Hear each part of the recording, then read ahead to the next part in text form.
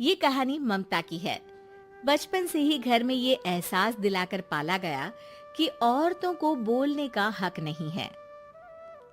अरे ममता, जरा जल्दी जल्दी हाथ चलाओ। रोज ऑफिस में देर पहुंचता हूँ तुम्हारे कारण। लेकिन आपका सारा खाना पैक और तैयार भी है। अरे जबान जितनी चलाती हो उतना अगर हाथ चलाती ना तो शायद घर को अच्छे से मैनेज कर पाती। क्या मतलब है? क्या नहीं मिला आपको? मोजे मोजे कौन देगा? ममता भागकर पति को मोजे देती है। वो हर किसी का ख्याल रखती, लेकिन उसके घर में रोज का रोना लगा रहता। अरे माँ, आज स्कूल में टीचर ने मुझे फीस के लिए डांटा। माँ, मुझे अच्छा नहीं लगता कि स्कूल में फीस के पैसों के लिए मुझे कोई भी बात सुनाए। अरे पर बेटा, ये तो पापा करते हैं ना, सारा ऑनलाइन। मुझे तो इसकी जानकारी भी नहीं है। हाँ हाँ, बना लो बच्चों के सामने मुझे बुरा। अरे करता तो मैं ही हूँ, माना, लेकिन मुझे कोई सपना थोड़ी ना आएगा कि बच्चों की फीस जमा करनी है। अरे बताओगी तो तुम ही ना। ममता की अब ये आदत में शुमार हो चुका था। वो हमेशा हर बात के लिए खुद को ही दोषी मानती। एक दिन वो पड़ोस की दोस्त से कहती है, समझ नहीं आता यार, मैं इतनी डम कैसे हो सकती हूँ। बात तो सही भी है ना। अब पति बेचारा नौकरी करे, पैसे कमाए, या फिर ये देखे कि बच्चों की फीस का वक्त है। क्या करूँ यार। पता नहीं, मेरे पति तो सारा काम खुद ही करते हैं। वो तो कहते हैं कि तुम थक जाती होगी, सारा दिन घर बाहर बच्चे। तो अच्छा, ऐसे भी पति होते हैं क्या? अरे क्या बात कर रही है? भाई साहब कभी तुझे किसी बात के लिए सुनाते नहीं? किसने कहा नहीं सुनाते? अरे ये पति चीज ही ऐसी होती है कि बिना पत्नी को सुनाए उन्हें चैन की नींद कहाँ आती है। तो तू भी परेशान रहती होगी कि कैसे, क्या, कब भूल गई। अरे वो तो मुझे बस इस बात के लिए ताना देते हैं कि मैं वक्त पर खाना क्यों नहीं खाती या पार्लर जाकर अपनी साज सज्जा क्यों नहीं करवाती। पड़ोसन बोल ही रही होती है कि ममता के बेटे की आवाज आती है। अरे माँ, क्या हो गया? लग नहीं रहा कि आज आप मुझे पानी भी देगी। अरे कब से खाने के लिए वेट कर रहा हूँ। अरे यार, मैं चलती हूँ। बेटा खाने के लिए वेट कर रहा है, मैंने उसे खाना भी नहीं दिया। अरे 12वीं में पहुंच चुका है तुम्हारा बेटा, उसे बोलो खुद पानी लिया करे। मैंने तो अपने बच्चों को काम करना सिखाया है। अरे यार, खुद की भी तो कोई लाइफ है। माना जब नहीं कर सकते थे तो किया, लेकिन अब इतने बड़े बच्चों की हर बात मानेंगे तो मुश्किल तो अपने को ही होगी। ममता को पड़ोसन की बात में दम तो लगता है, लेकिन करे क्या, आदत भी तो खुद ही ने डाली थी। ममता घर जाती है कि तभी बेटी आ जाती है। माँ, परसों मुझे एक शादी में जाना है। तेरी वो जो लाल वाली साड़ी है ना, उसे दे देना।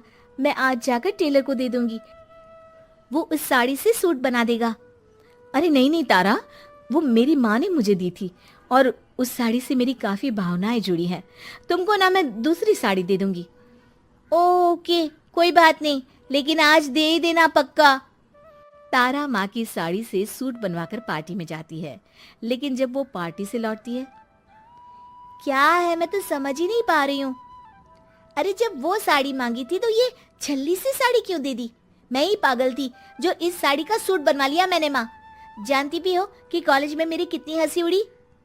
तभी वहां ममता का पति सुनील आ जाता है। अरे गवार औरत, जब बेटी साड़ी मांग रही थी तो दे देती ना। अरे पापा, इनके तो इमोशंस जुड़े थे उस साड़ी से। ममता इतने सब के बाद भी कुछ नहीं बोलती। मेरी बेटी की बेइज्जती हो गई, मैं बिल्कुल बर्दाश्त नहीं कर सकता ये। मैं नहीं चाहता कि मेरी बेटी से कोई भी ज्यादा सुंदर लगे पूरे कॉलेज में। जी, वो पढ़ने में तारा बिल्कुल अच्छी नहीं है, उसकी पढ़ाई पर आप ध्यान दीजिए ना। अच्छा, अब तुम मुझे बताओगी कि मुझे किस पर ध्यान देना और किस पर नहीं। रमेश जैसा ही ये वाक्य पूरा करता है, ममता की बेटी और पति उस पर जोर जोर से हंसते हैं। अरे ठीक है ना, पता ही नहीं चला कि कैसे वक्त इतना बीत गया।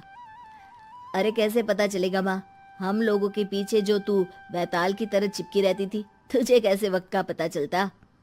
ममता को पहले सास ससुर, फिर पति और बच्चों की तरफ से इस तरीके की बातें सुनकर उसका मन बहुत दुखी रहता था। एक दिन, सुनो ना, बहुत दिनों से कमर के नीचे बहुत दर्द रहता है।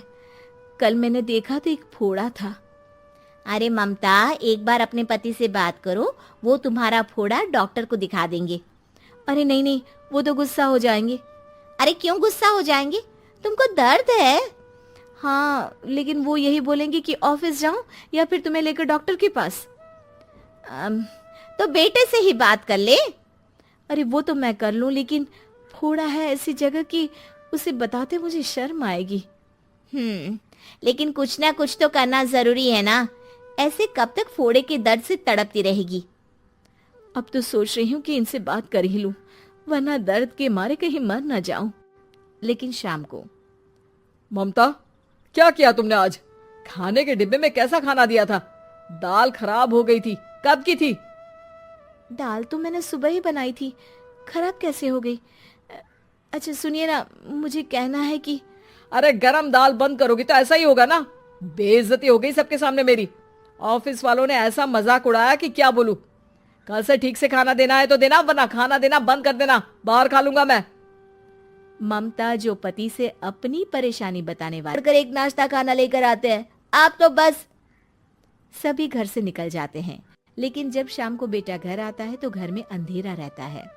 बेटा लाइट चलाता है। क्या माँ, तुम्हारा भी जवाब नहीं है बिजली का बिल बचाने के लिए? वो बोल ही रहा होता है कि सामने माँ जमीन पर लेटी मिलती है। वो उसके पास जाता है। अरे माँ, क्या हो गया माँ? तभी वहां पड़ोसन आती है। अरे बेटा, तुम्हारी माँ के पैर के पास एक फोड़ा है, जिसके कारण ये लगातार कमजोर होती जा रही थी। मैंने उसे पहले ही कहा था कि घर में बता दो, लेकिन तुम्हारी माँ किसी को तंग करना नहीं चाहती थी। तभी वहां डॉक्टर आ जाता है। अरे इनके ऑर्गन में दिक्कत है। कोई बात है जो इनके मन में खटक रही है। अरे नहीं नहीं, इसके मन में कोई बात नहीं है। कोई काम है नहीं ना इसके पास, सारा दिन बस घर में ही रहती है। देखिए, मैं तो ये नहीं जानता, लेकिन हाँ, इनके मन में हमेशा कोई बात रह जाती होगी, इसीलिए उनकी ये हालत है। अगर आप समय से नहीं ले आते तो हो सकता था कि। अरे नहीं नहीं डॉक्टर साहब, हम पूरी कोशिश करेंगे कि वो ठीक हो जाए। हम लोगों ने अपनी ही परेशानी माँ के सामने रखी, लेकिन किसी ने माँ की दिक्कत को जानने की कोशिश तक नहीं की। हाँ, मैंने भी ममता को हमेशा घरेलू जरूरत से ज्यादा काम का नहीं सोचा था। ममता को होश आता है और वो खुद को अपने बेडरूम में देखती है। वो उठने की कोशिश करती है कि माँ, अब आप नहीं उठेंगी। हम लोग है ना, हम लोग आपको पूरी तरह से खुश रखने की कोशिश करेंगे।